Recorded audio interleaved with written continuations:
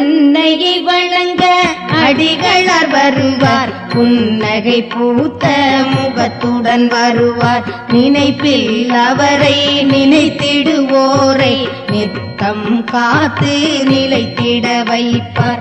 அன்னையை வணங்க அடிகளார் வருவார், புன்னகை பூத்த முகத்துடன் வருவார்.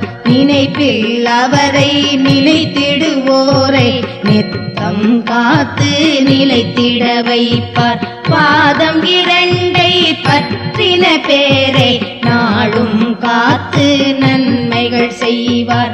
அம்மா என்று அழைத்திடுவோரை அருகில் வைத்து தினமும் காப்பார்.